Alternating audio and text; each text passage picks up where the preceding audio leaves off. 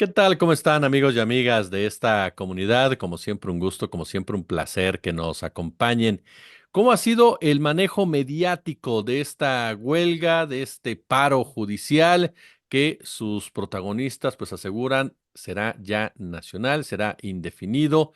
Esto en protesta por la reforma judicial. ¿Cómo entendemos precisamente este paro? ¿Cómo afecta a la ciudadanía? ¿Qué tanto apoyo realmente puede recibir de la gente? Y como hemos visto, el manejo por parte de conductores de radio, televisión y demás en torno al mismo. Mi querido Julián Atilano, mi querido doctor, ¿cómo estás? Jesús, ¿cómo estás? Buenas tardes. Como siempre, un gusto platicar contigo, con esta gran audiencia. Y pues es el tema del momento. Son varios los que están ya concatenándose. Es el tema de la huelga, es el tema del plan C y también el tema de la sobrerepresentación. Esos tres temas están ahí en la arena pública y es lo que se está debatiendo en estos momentos. Van de la mano tanto en su ejecución, querido Julián, como en su manejo mediático, porque lo mismo vemos a un Sergio Sarmiento, que a un Ciro Gómez Leiva, por ejemplo, con Joaquín López Dóriga, hablar de esos temas con un tono muy similar, incluso, que si la reforma judicial es perniciosa, que si la mayoría calificada de Morena es una sobrerepresentación ilegal, en fin. Es lo mismo, mira, hay varios frentes abiertos. Yo diría, en términos jerárquicos, que en este momento, más allá de la reforma al Poder Judicial y más allá de las manifestaciones que hay ya en este momento, de las huelgas en torno a la reforma al Poder Judicial, de fondo lo que está ahí sobre la mesa es el tema de la sobrerepresentación. ¿En qué sentido lo digo? Si se da, no la sobrerepresentación, uso esta palabra porque es la que se ha propuesto, la que está sobre la mesa, pero en realidad es el acuerdo que se firmó por el INE desde hace ya varios meses, que se ha repetido durante varias elecciones, y es la forma en que se va a distribuir las diputaciones plurinominales y también en este caso en el Senado.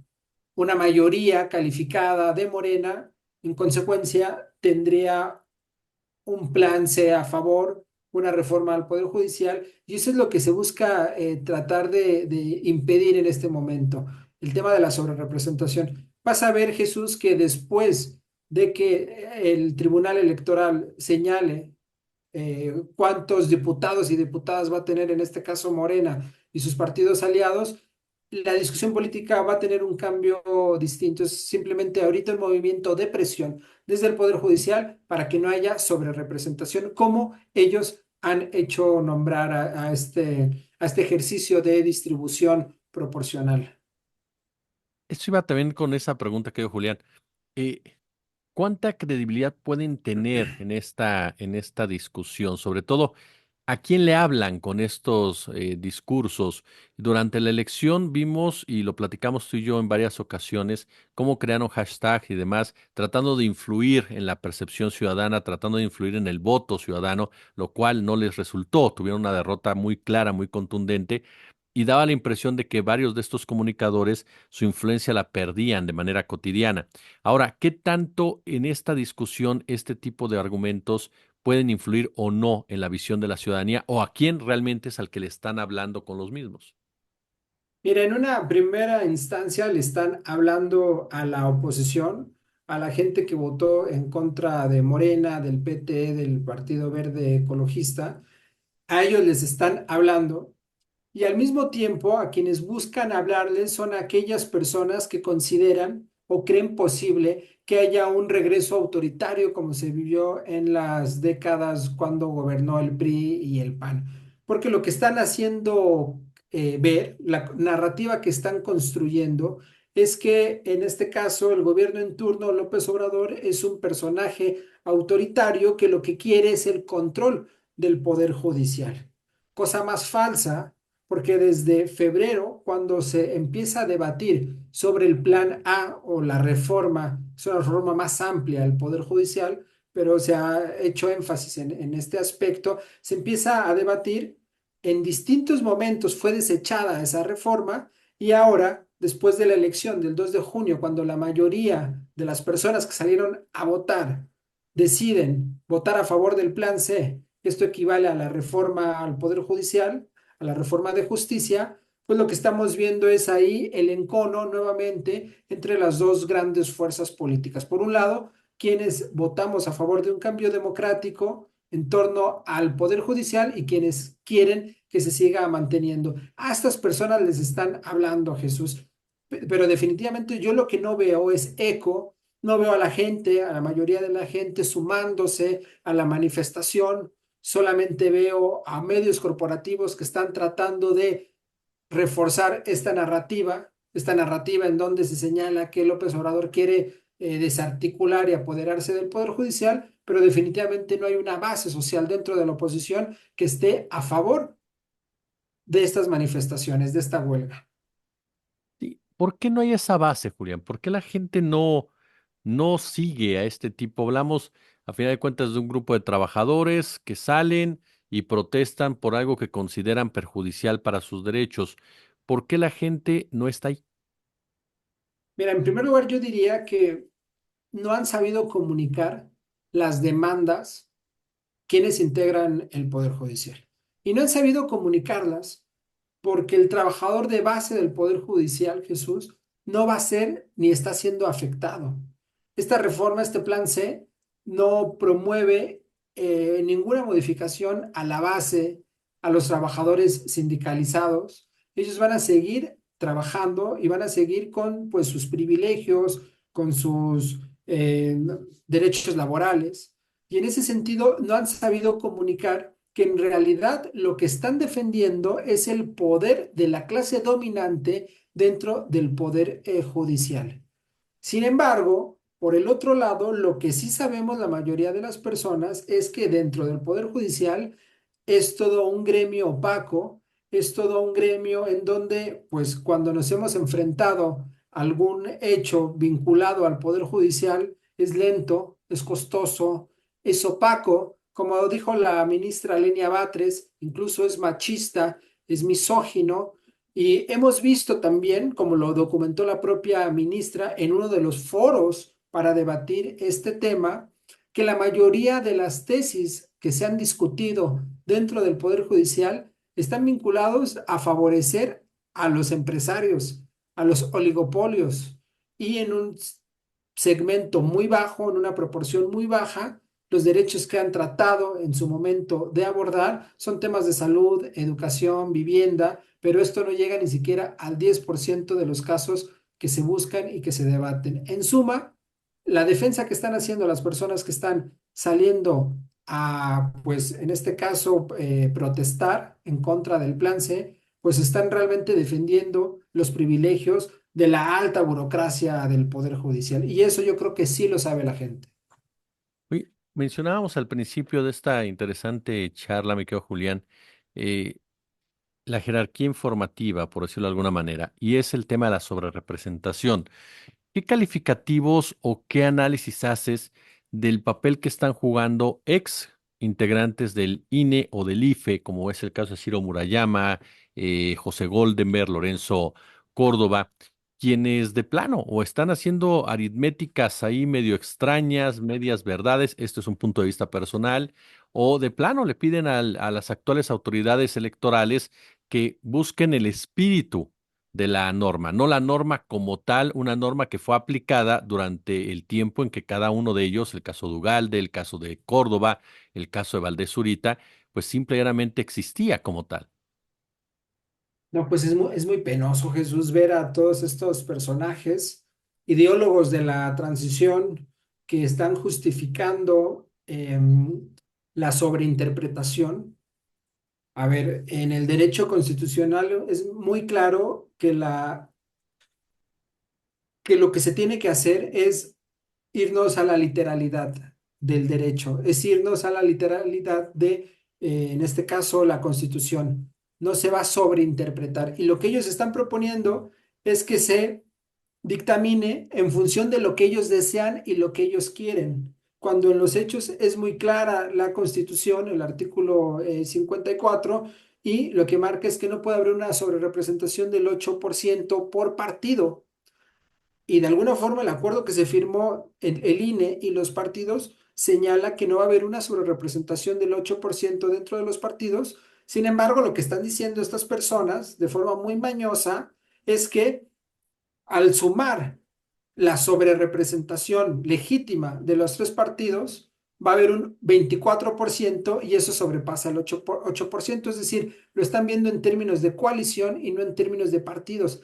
Pero donde está el chanchullo es en esto, Jesús. Mira, de alguna forma el artículo 41 de la Constitución, cuando nos habla de los derechos de las coaliciones y los partidos, determina que una cosa es la coalición electoral, es decir, tú en la época de campañas te puedes aliar con quien tú quieras, pero esta coalición termina en ese momento, porque el día de mañana puede ser que el verde ecologista le diga a Morena, ¿sabes qué? Hasta aquí llegué contigo. Y entonces no puede sumar las sobrerepresentaciones de los partidos, porque en cualquier momento pueden, pues, pelearse, pueden romper la alianza, ¿no?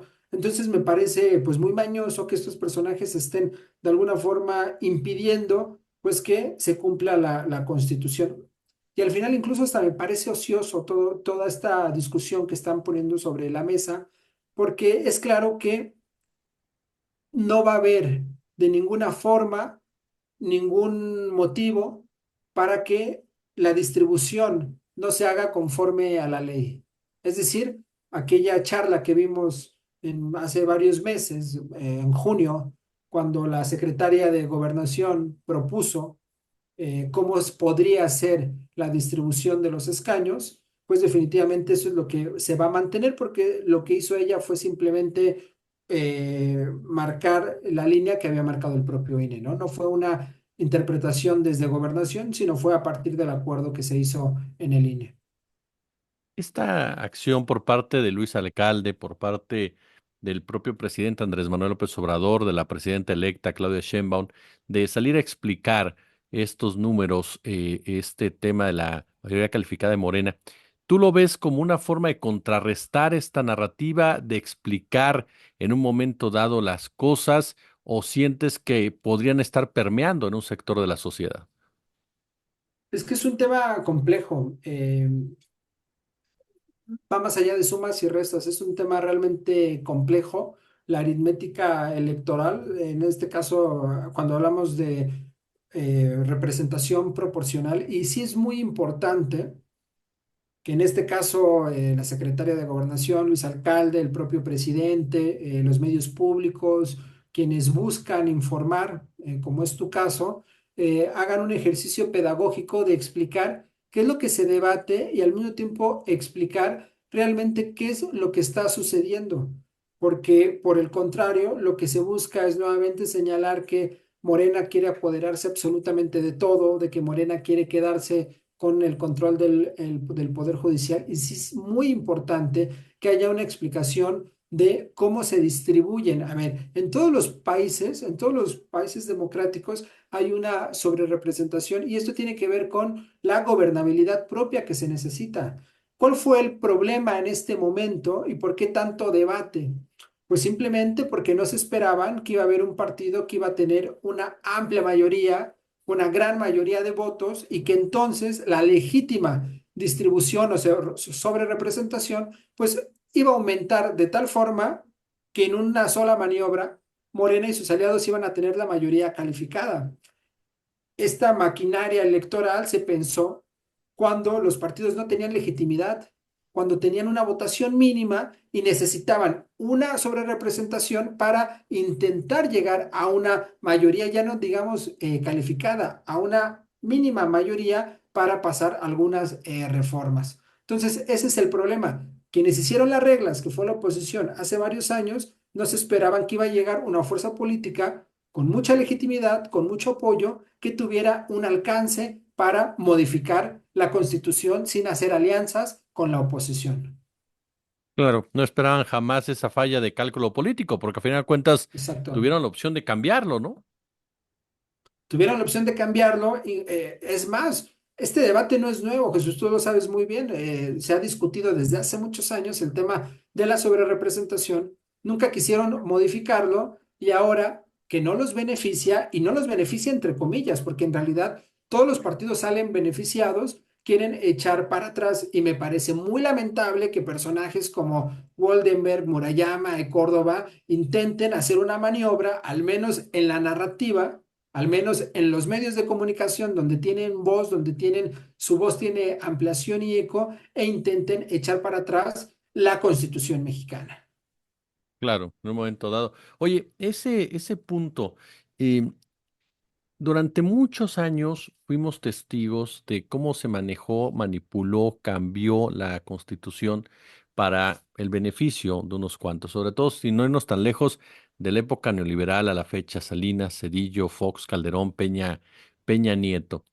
Cómo la Suprema Corte de Justicia en sus diferentes etapas palomeó muchos de estos cambios, muy poco se opuso, esa es la verdad, sobre todo los que realmente eran de fondo y ayudaban a fortalecer el sistema económico neoliberal, difícilmente la Suprema Corte alguna vez dijo que no. Pero aquí a lo que voy es, estamos ante una especie, querido Julián, de lucha de clases, es decir, quienes se ven afectados por el plan C, porque no solamente la reforma judicial, hay otras más que van directamente al corazón de muchos de los intereses de los grandes, de los empresarios grandotes, el caso concreto de la minería a cielo abierto, por ejemplo, y un sector de la población que decide defender con uñas y dientes el status quo que de una u otra manera les permitió, pues sí, crecer, empoderarse y muchas veces enriquecerse. Mira, para la oposición el Poder Judicial es el último bastión, es el último espacio que les queda para ser para contrarrestar de forma ilegítima. Es decir, buscan un espacio que no es democrático, buscan un espacio en donde quienes están no llegaron por la vía democrática, no fueron elegidas y elegidos por el soberano y que además tienen mucho poder. Cuando vemos los privilegios que tiene el Poder Judicial, no hay ningún otro poder en este sistema federal que tengan el mismo o los mismos privilegios. ¿Por qué el poder que interpreta la ley va a tener más privilegios que el poder que hace las leyes como el poder legislativo? ¿Por qué tantos privilegios? ¿Por qué tanta opacidad? ¿Por qué tanta corrupción? Y lo que hemos visto es que este poder judicial lo que ha hecho es defender los intereses de la oligarquía. Y justo es desde esta vía donde hemos visto en otros países que se ha hecho intentonas de golpe, como el lawfare, como todas estas pues ataques que se han hecho en Bolivia, en Brasil, mismo Argentina, y que es que desde un poder no democrático están tratando de impedir el avance, en este caso, pues de izquierdo democrático de muchos países. Entonces, por eso están tan enojados, por eso están saliendo a las calles, por eso tanto apoyo de los medios corporativos, de los grandes medios, de las grandes corporaciones, porque si se democratiza ese poder, pues no van a tener ya ningún espacio real de control para tratar de desequilibrar a los poderes democráticos como es el legislativo y el judicial. No se está buscando que el presidente o la próxima presidenta controle el Poder Judicial, simplemente se está señalando que se democratice. Y el plan C no solo es el tema de elegir democráticamente en las urnas a quienes van a llegar. También se habla de una nueva integración de la Suprema Corte, que de 11 integrantes baje a 9, de 15 años baje a 12 años. Se habla también de la sustitución del Consejo de la Judicatura Federal, que es un cochinero totalmente. Se busca que haya un tribunal de disciplina con dientes realmente fuerte, importante. Se busca que haya nuevas reglas procesales. Es decir, es muy amplia la reforma en torno al plan C, pero lo quieren hacer ver como que simplemente es una caricatura y lo que se busca es que haya un control desde presidencia hacia la Suprema Corte. Finalmente, quedo Julián y agradeciéndote por supuesto tu presencia. ¿Crees que este tipo de situaciones alteren lo que es el cambio de gobierno, el final de gobierno de López Obrador y el inicio de Claudia Sheinbaum? No lo creo y justo lo que pienso es que es el momento adecuado. En algún momento en un debate me preguntaban por qué no hizo esto el presidente en otro momento de su mandato. Mira, no solo es un tema complejo, es un tema que hay mucha tensión y que incluso puedes ganar o perder legitimidad como gobernante dependiendo cómo articules el proceso. También depende cómo, en este caso, las narrativas de la oposición te ataquen. Y entonces me parece muy bien que se haga en este momento, pero sobre todo porque justo es cuando tienes la mayoría calificada o cuando aparentemente vas a tener la mayoría calificada y eso te va a permitir hacer estas reformas constitucionales. En otro momento no lo hubieras podido hacer, es más, en febrero, cuando se empieza a debatir en torno al plan a esta reforma al Poder Judicial, que era más amplia, que era más robusta, que era más interesante incluso, no se permitió. Y entonces, pues es el momento crucial donde se va a hacer. De tal forma que voy a usar esta metáfora, los muertos políticos que haya en torno a esta discusión van a quedar al final del sexenio de López Obrador y no al inicio del sexenio de Claudia Sheinbaum. Fue el momento propicio y además porque fue una propuesta de López Obrador y es una propuesta necesaria y legítima. ¿Por qué van a tener más derechos quienes están manifestando en contra de la reforma que quienes votamos a favor de la reforma el 2 de junio? Mi querido y admirado doctor Julián Atilano, mi querido amigo, muchas gracias por platicar con nosotros aquí en nuestra comunidad, oye. Como siempre, un gusto platicar contigo, con tu audiencia y a la orden, como siempre.